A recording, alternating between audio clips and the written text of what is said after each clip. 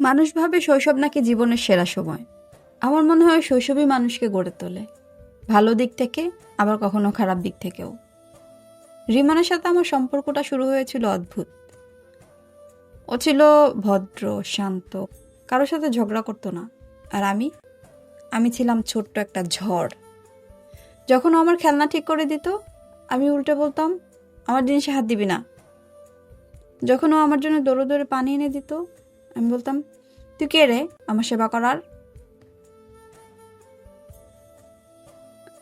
আজ ভাবলে একটা লজ্জায় বুকটা ধকধক করে।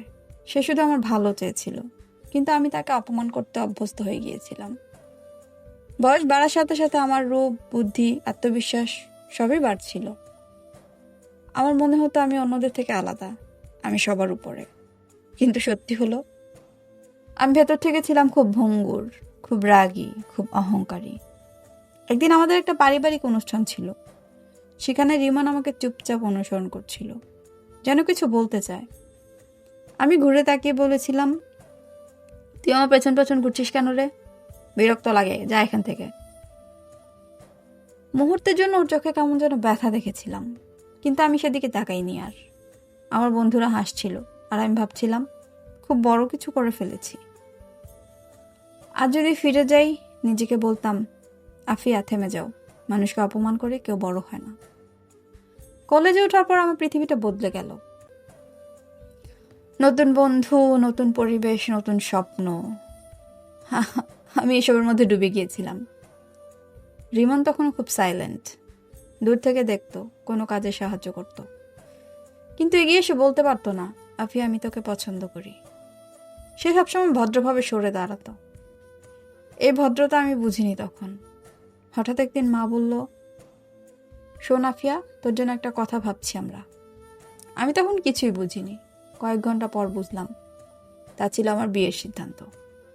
আর যাকে বেছে নেওয়া হয়েছে, সে হলো সেই রিমন। আমার পুরো শরীর ঠান্ডা হয়ে গেল। আমি চিৎকার করে বললাম, আমি বিয়ে করব না, আর রিমনকে তো কখনোই না। কিন্তু পরিবার ভাবলো আমি শুধু অভিমান করছি। মামা, খালা সবাই বলল, বিয়ে করলে এমন থাকবে না, দুই বাড়ির মিল হবে। রিমন খুব ভদ্র ছেলে, কিন্তু কেউ আমাকে জিজ্ঞেস করলো না আমার হৃদয় কি চায়। বিয়ের আগের দিন রিমন আমাকে একটা মেসেজ পাঠালো। সে লিখলো, তোকে চাপ দিতে চাই না, এ বিয়ে তোর জন্য কঠিন হলে বলতে পারিস। আমি ফোনটা বন্ধ করে রেখেছিলাম, কারণ আমি জানতাম, যাই বলি, বিয়ে তো হবেই। পরিবারের প্রেশার, মান সম্মান, সমাজ, এসবের সামনে একজন মেয়ের ইচ্ছা কতটুকু মূল্য থাকে। বিয়ের দিন আমি সাজঘরে বসেছিলাম, মনে হচ্ছিল বাঁচতে পারবো না আর। রিমন যখন আমার সামনে বসলো, তার চোখে ছিল শুধু একটাই শব্দ, সম্মান, যা আমি তো তাকে কখনোই দেইনি। ছেলেটা আমাকে বলতো, চাইলে তুই পারিস, আমাদের নতুন করে শুরু হোক। আমি বললাম, নতুন করে শুরু করব কি, শুরুই তো করতে চাইনি। রিমন শুধু মাথা নত করলো, আর একটুও শব্দ করেনি। আমাদের প্রথম রাতটা অদ্ভুত ছিল। রিমন দূরে বসলো, আমার দিকে তাকালো না প্রায়। একসময় সে বলল, তোর যেটা স্বস্তি লাগে আমি সেটাই করব। আমিও বুঝে গেলাম সে আমাকে চাপ দেবে না। আর আমি এতটাই বিরক্ত ছিলাম নিজের উপর যে তার ভদ্রতা আমার কাছে ঋণের মতো লাগছিল। কয়েক মাস আমরা এক ঘরে ছিলাম, কিন্তু আমাদের মধ্যে ছিল এক অদৃশ্য দেয়াল। রিমন চেষ্টা করত, সত্যিই চেষ্টা করতো, কিন্তু আমি প্রতিবার তাকে দূরে সরিয়ে দিতাম। আমি বলতাম, এখন না, আমার ভালো লাগছে না।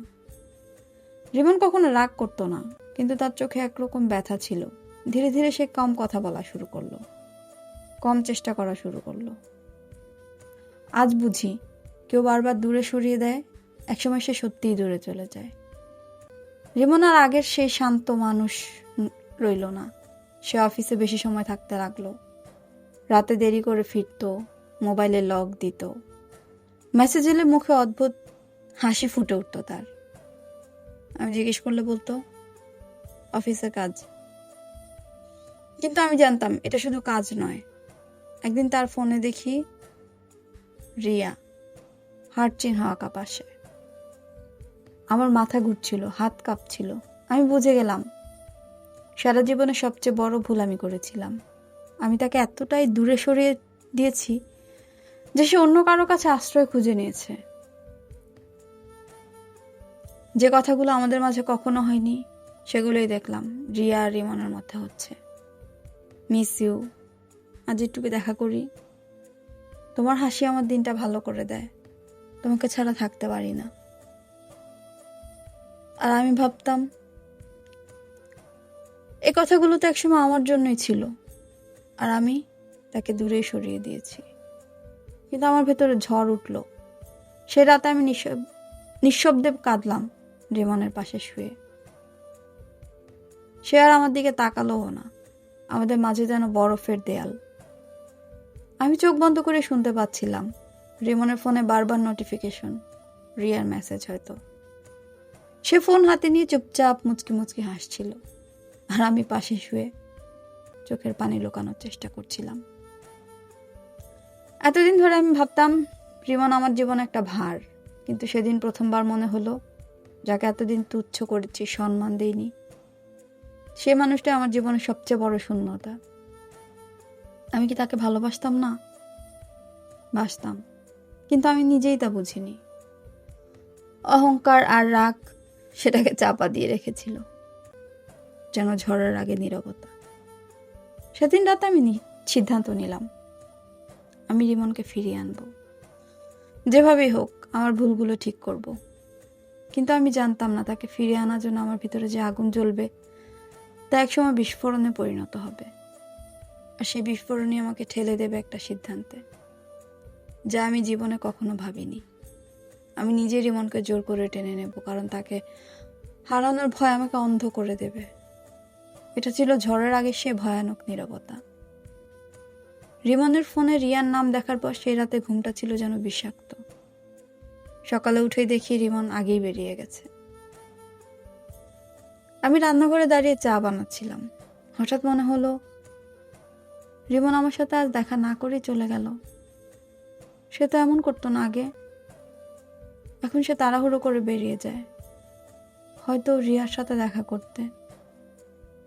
মনটা ভেঙে যাচ্ছিল আমার, আর আমার নিজের সেই পুরনো কথাগুলো, আমার কাছ থেকে দূরে থাকো, আমাকে স্পর্শ করার চেষ্টাও করবে না, এগুলোই বারবার ফিরে ফিরে আমার বুকে আঘাত করছিল। আমি জানি আমি ওকে দূরে ঠেলে দিয়েছিলাম, কিন্তু আমি কি চাইনি যে সে চেষ্টা করুক, একটু কাছে আসুক, আমাকে একটু বোঝার চেষ্টা করুক? হয়তো আমি বলতাম না, কিন্তু আমার নার ভেতরেও কি একটু আকাঙ্ক্ষা ছিল না? আমি জানি না, শুধু জানতাম রিবনকে এখন অন্য কারোর সাথে ভাবতে আমার বুকের মধ্যে আগুন জ্বলে। সেদিন বিকেলে একা বসে আছি, হঠাৎ রিমনের ফোন বেজে উঠল। নাম জলজল করছে, রিয়া। আমি না চাইতেও ফোনটা ধরলাম। হ্যালো, ওপাশ থেকে এক নরম মেয়েলি কণ্ঠ। রিমন কি? আমার বুকের ভেতর কেমন যেন টান লাগলো। আমি বললাম, সে বাসায় নেই। আপনি কে? মেয়েটা 2 সেকেন্ড চুপ করে হেসে বলল, ও আচ্ছা, আমি অফিসের। আর কিছু বলার আগেই লাইন কেটে গেল। তার হাসিটা আজও কানে বাজে। ওটা ছিল নিজের অধিকারী একজন মানুষের হাসি। রিমন দিন দিন অদ্ভুত বদলে যাচ্ছিল। আগে সে বাসায় ফিরলে আমার খোঁজ নিত, এখন ঘরে ঢুকেই ফোন হাতে নেয়। আমি কথা বললেও শুনেও না শোনার ভান করে। মাঝে মাঝে চোখে চোখ রাখতেও ভয় পায় যেন। একদিন রাতে বললাম, রিমন, আমরা কি একটু কথা বলতে পারি? সে ফোন না সরিয়ে বলল, পরে, এখন আমি ক্লান্ত। আমাদের আজকের গল্পটা এতটুকুই, আর এটা শেষ হবে আগামী পর্বে। ততক্ষণ আমাদের সাথে থাকবেন। আর আমাদের চ্যানেলের গল্পগুলো আপনাদের কাছে ভালো লাগলে অবশ্যই লাইক, কমেন্টস এবং শেয়ার করে দেবেন আপনাদের বন্ধুদের সাথে। আর অবশ্যই সাবস্ক্রাইব করতে ভুলবেন না। ধন্যবাদ।